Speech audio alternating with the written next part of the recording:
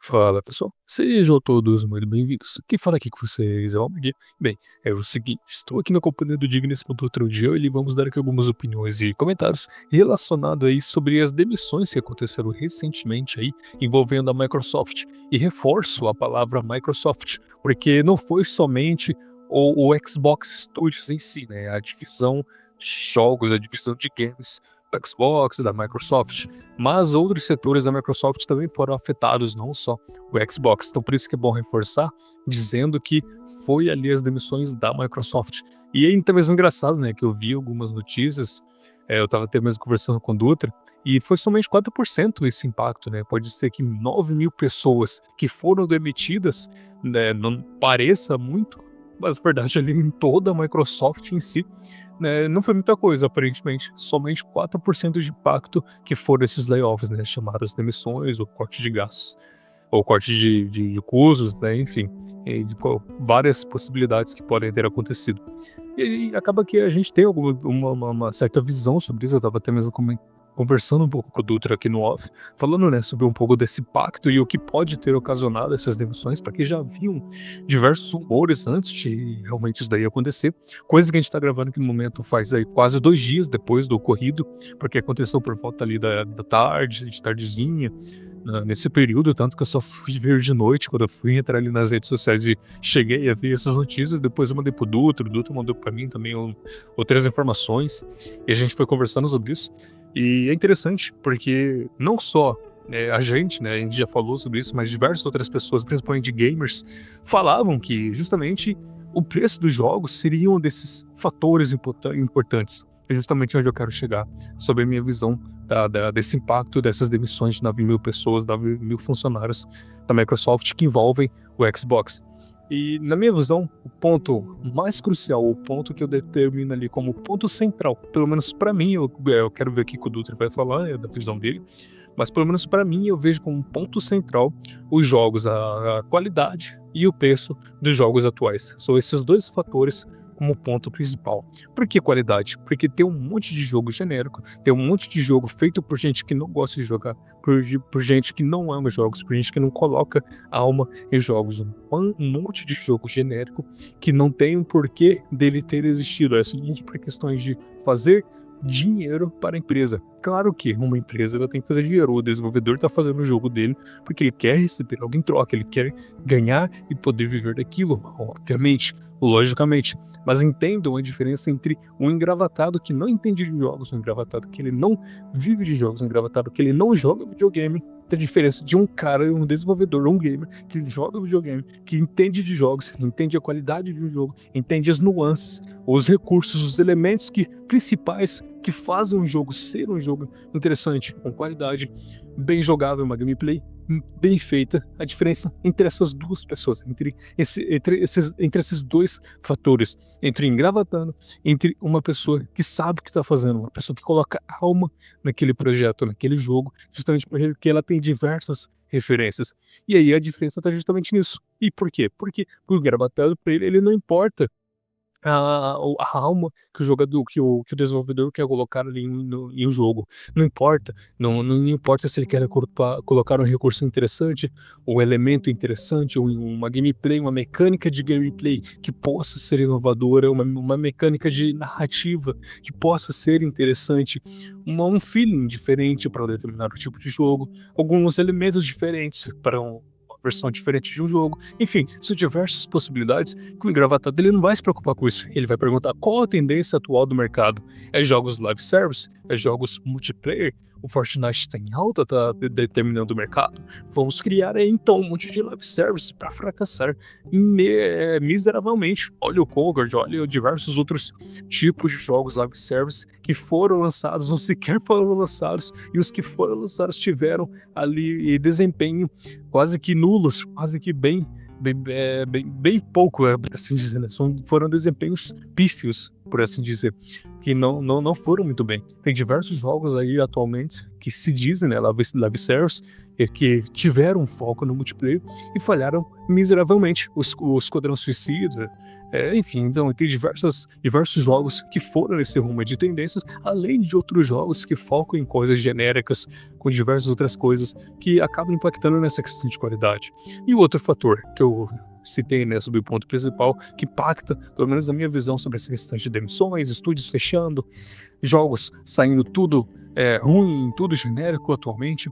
Claro, por grandes empresas, porque se a gente for falar para jogos indies, jogos independentes, e principalmente de desenvolvedores, equipes de desenvolvimento que sabem realmente como fazer um jogo, elas estão em um outro patamar, estão acima desses estúdios. Olha o Clair Obscur aí, que o pessoal já chama de Double A, né?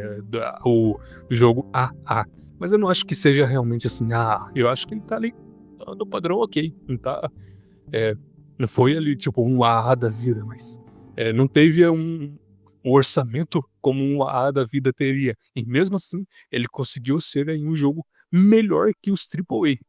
Foi muito melhor que os Double A e os AAA. Tanto que tá aí pra ser pro jogo do ano, né? Eu ainda não tive a oportunidade de jogar, o Dutra também ainda não. Mas, por tudo que a gente viu, ele realmente tá aí pra ser o jogo do ano. E é uma exceção, né? Justamente que a gente tá entrando aqui foi feito por gente que sabia desenvolver jogos, por gente que coloca algo no jogo, por gente que não gosta de ser limitado na hora de desenvolver o jogo, tinha ali vontade de desenvolver algo, mas não conseguiu porque eles estavam dentro da empresa Ubisoft. E provavelmente na Ubisoft eles não tinham essa possibilidade de desenvolver esse tipo de jogo. E aí entra diversas outras possibilidades também, né, cara? Aí voltando só ao meu ponto principal, que é a questão dos preços. Aí é só resumindo, né, cara? Não tem como uma pessoa que tenha um salário médio, um salário mínimo no Brasil aqui, querer pagar mais de R$ 500 em um jogo, e ainda mais, quiçá, em 2 jogos por mês. Se em um jogo você já vai estar gastando quase metade do seu salário, em um simples jogo, imagina querer comprar mais de um em um mês, mais de um em 2 meses. Tipo, esse dinheiro aí faz falta, né, cara? R$ 500, cara. Meu Deus do céu. Eles já estão falando de chegar a 600 com o lançamento de GTA 6 ano que vem. Não tem como, cara. Então, a questão dos preços é só pra complementar. E provavelmente essa questão dos preços é só pra pagar essas equipes gigantes que tinham antes de surgir essas demissões. Pelo menos na minha visão, né? O que você tem de visão sobre isso, Doutora? Pra gente ter aí esperança pro futuro. Bom, meu querido mago, cara, falar sobre a Microsoft é um bagulho muito louco, porque a gente vive falando da Microsoft, né? Fizemos alguns vídeos atrás falando sobre a própria Microsoft e tudo mais. E, cara, lembrando que não foi tão assim afetado o setor de games em si, foi mais outras áreas, na parte de arquitetura e tudo mais. E, cara, falando assim, pô, só foi 9.000 pessoas. Realmente é muita gente, se a gente for pensar, falando em um aspecto. Caraca, gente, ficou muita gente desempregada e tudo mais. Porém, não foi a única empresa que mandou, né, gente embora. Muita gente estava criticando eles por causa que, olha, o Game Pass dando certo, não sei o que, o Xbox falando não sei o que, e eles mandando um monte de gente embora, não sei o que. Muita gente ficou decepcionada e tudo mais. Que querendo ou não, você trabalha, 10 anos numa empresa e é mandado embora. Aí você fica chateado. Eu ficaria chateado. Acredito que o Mago também ficaria chateado. Acredito que você que está vendo esse vídeo ficaria chateado. Mas não podemos simplesmente levar tudo isso ao pé da letra. Provavelmente o Phil Spencer tem alguma ideia. Diferente da EA, que simplesmente só quis aumentar o salário e aí mandou o povo embora. Aí já é outro 500, mas pô, é uma coisa que você fala, nossa, mano, por que que a pessoa fez isso, tá ligado? Então, se a gente for pensar em questão dos jogos atuais, como o Mago tava comentando aí no vídeo, né, tudo mais, cara, indie, eu sempre fui apaixonado, então, tipo, pra mim, um jogo AAA novo, tudo mais, é maravilhoso a ideia de que eu posso pegar o jogo indiezinho e tudo mais, tanto que esses dias eu tava jogando The Bucklet, joguinho gostosinho, você pensa assim, pô, um joguinho de livro, que é história narrada e tudo mais, você fala assim, pô, o joguinho deve ser besta. Cara, é gostosinho, tanto que eu acredito que depois de conversar aqui com água e tudo mais e preparar esse vídeo, né? Eu acho que eu vou voltar a jogar ele, porque é um joguinho gostosinho, mano. E falando do Obscure, né? Expedition 33, cara, o jogo é maravilhoso. Eu não cheguei a jogar ainda, vi muita gente jogando e tudo mais. Mas pretendo jogar ainda. Talvez quando eu juntar um dinheirinho, né, eu pegue pra brincar. Só que aí eu tô com Age of Mythology e o The Pucklet pra terminar, então terminando esses jogos aí, talvez eu já pegue ou ele. Eu tô pra jogar Elden Ring também, então tipo, querendo ou não, existem jogos grandes que te dá interesse. Um exemplo, vamos falar assim, vai, pegar um jogo da Sony, por exemplo. Um jogo maravilhoso da Sony, se a gente for pensar bem, é o primeiro The Last of Us, o... Cara, como que é o nome daquele jogo agora que eu assisti lá do Samurai? Samurai não, do japonês lá, que é... Acho que é o Ghost of Tsushima, né? Tsushima. Eu não vou conseguir pronunciar agora o nome certinho. Mas, cara, são jogos incríveis. Da Microsoft, tem todos os Age of, né? A maioria dos jogos dos Age of, pelo menos na minha opinião, eu gosto, né? Porque eu gosto de jogo de simulação. Então, para mim é divertido. Jogos da EA, a gente pode pegar os primeiros Battlefields e tudo mais, até mesmo um que lançou recentemente aí, algum jogo que eu não lembro agora, o It Take Two e o... Ai, caraca, o Split Fiction. Split Fiction. São jogos maravilhosos, cara, se você for pensar. Isso falando de empresas. Nintendo, querendo ou não, a Nintendo, ela sendo uma empresa mercenária, ela tem jogos bons. Então, tipo, se a gente for falar de todas as empresas, sempre todas as empresas vai ter jogos bons. E, cara, como o Vago adora falar da Ubisoft, né? A Ubisoft tem jogos bons. Caraca, como que é o nome daquele jogos mais antiguinhos agora? De 2015, 16. São jogos maravilhosos que eles têm até aquela época e tudo mais. Até a mesma CD que lançou o Cyberpunk todo cagado, todo destruído. A CD Projekt, né? Ela conseguiu fazer o jogo ser um jogo muito bom, mesmo bugado depois de um ano, 2 anos depois. Foi. Mas ela corrigiu, né? Diferente de certas empresas, não vou citar nomes, que deixa o jogo lá todo cagado, né, Capcom? Eu falei que eu ia levar o nome da Capcom, mas Monster Hunter Wilds, cara, querendo ou não, muita gente tá dando questão negativa por causa desse famoso bugs de performance que o jogo tá tendo. A Bandai também tem alguns jogos dela que, querendo ou não, o jogo ele tá legal e tudo mais, só que, pô, cadê as atualizações dos jogos e tudo mais? Tanto que a galera desanima. Dragon Ball Sparking Zero é um exemplo, até mesmo o do Bleach, que eu vou falar aqui, é um jogo maravilhoso, cara. Só que aí eu posso dar um desconto maior pra ele, por quê? Porque o estúdio que tava desenvolvendo esse jogo, ele já é um estúdio pequeno. A Bandai, ela só tá por trás, entendeu? Só tá dando o nome para reconhecimento e por causa que ela tem os direitos de distribuição dos jogos. Então, são empresas que, querendo ou não, são empresas grandes, cara. E eles têm capital para isso e tal. Então, a gente pode pensar que os jogos grandes, eles são bons, mas os indies hoje, eles estão dominando. E a Microsoft, ela sabe disso também. Então, querendo ou não, talvez ela vá querer arriscar algo mais, entendeu?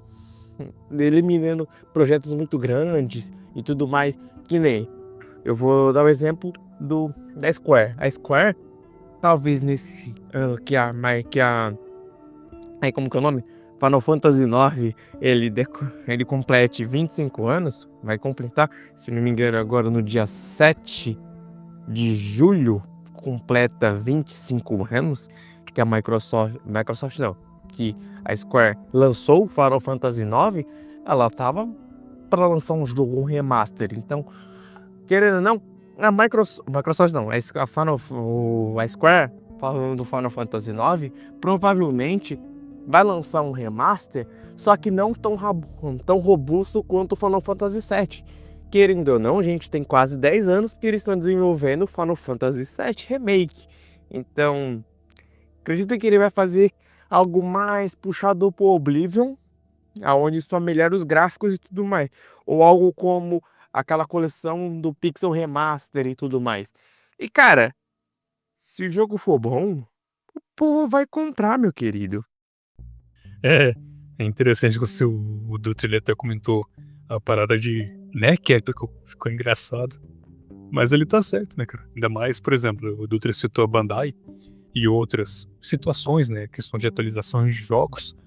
E é interessante porque realmente é por esse caminho. Por mais que, por exemplo, a Bandai, no caso do Bleach, seja só ali a distribuidora, a publicadora, muitas outras empresas fazem a mesma coisa. Só que aí você pega os jogos dessas mesmas empresas, ou quando entram dentro dessas mesmas empresas e são ali jogos feitos por elas mesmas, sem serem publicadoras somente, você percebe que aos poucos cai o nível, né, digamos assim. Olha o tanto de estúdio que a Microsoft tem dentro dela, como o próprio o estúdio por trás do Call of Duty, que é a Activision Blizzard. E não tem nada de novo, assim, algo surpreendente pro Call of Duty. Ainda continua saindo aí todo ano, e o Call of Duty, aparentemente, não se busca inovar, né? Muitos usuários criticam a situação atual do Call of Duty. Eu acompanho um pouco, vira e mexe, não acompanho sempre, mas vira e mexe eu vejo, por exemplo, o Hayashi. O próprio Hayashi, a comunidade do Hayashi falando sobre o Call of Duty em si, sobre a comunidade do COD em si, sobre como eles estão um pouco decepcionados sobre essa questão do COD. E claro que muitos usuários achavam que iria mudar um pouco com a aquisição da Microsoft. E o que aconteceu? Foram demitidos. Mas assim, claro que a gente critica e tal, levando os pontos de crítica, mas eu também acho viável essas demissões se forem muito infladas. Se a situação atual estiver realmente crítica, se simplesmente contratar um monte de gente que está ali simplesmente ocupando função sem fazer nada. Eu sei que muitos comentários sobre questão de inteligência artificial, mas eu não acredito muito nisso. Eu acho que realmente o ponto estava entre tem muita gente, mas não está andando no desenvolvimento do jogo. Sei lá, tem 1000 funcionários e tá um jogo aí de 10 anos, como foi o caso, se eu não me engano, do Everwild. Tava 10 anos ali o jogo em desenvolvimento. Um monte de gente, um monte de dinheiro gasto. E aí, cadê o jogo? Nem uma gameplay, nem um trailer, nem nada. Por exemplo, se pegasse eu e o Dutra aqui, a gente consegue fazer projetos menores em o que? 2 ou 3 semanas, no máximo. Um joguinho simples, simplesmente para publicar na internet. Como a gente já comentou em outros vídeos aqui, que a gente tem experiência sobre esse mercado, né, de jogos indies, que vai um outro ponto que daria para abordar, que é justamente o cenário de jogos indies, sobre como eles, nesse meio aí de tantas demissões, de tantos estúdios fazendo jogos genéricos, os estúdios indies, eles conseguem se destacar, né? Se ter ali eu esqueci o termo que eu iria utilizar agora, fugir da cabeça, mas vamos utilizar destacar. Como os jogos indies, eles acabam se destacando no meio de tantos outros jogos genéricos. E aí tem o jogo do Online Kings, tem o jogo aí do Hellbrella, se não me engano é esse o nome, que também tá em alta agora. Teve aquele jogo lá que você construía uma fábrica, aparecendo o Breaking Bad, e era multiplayer. Também teve o Repo, enfim, tem um monte de jogo indie que faz sucesso simplesmente porque são jogos divertidos. São jogos feitos para você se divertir jogando e principalmente com amigos ao mesmo tempo. Então resta saber agora se essas demissões realmente valeram a pena para o futuro, né, dos jogos da Microsoft. E eu creio que sim, porque na minha visão estava realmente muito inflado, muito jogo genérico, demorando demais para sair muitas coisas de desenvolvedores preguiçosos, por assim dizer. E aí acaba a gente tendo que esperar futuramente por novas atualizações. Enfim, espero que vocês tenham gostado. Agradeço pela sua audiência. Até a próxima.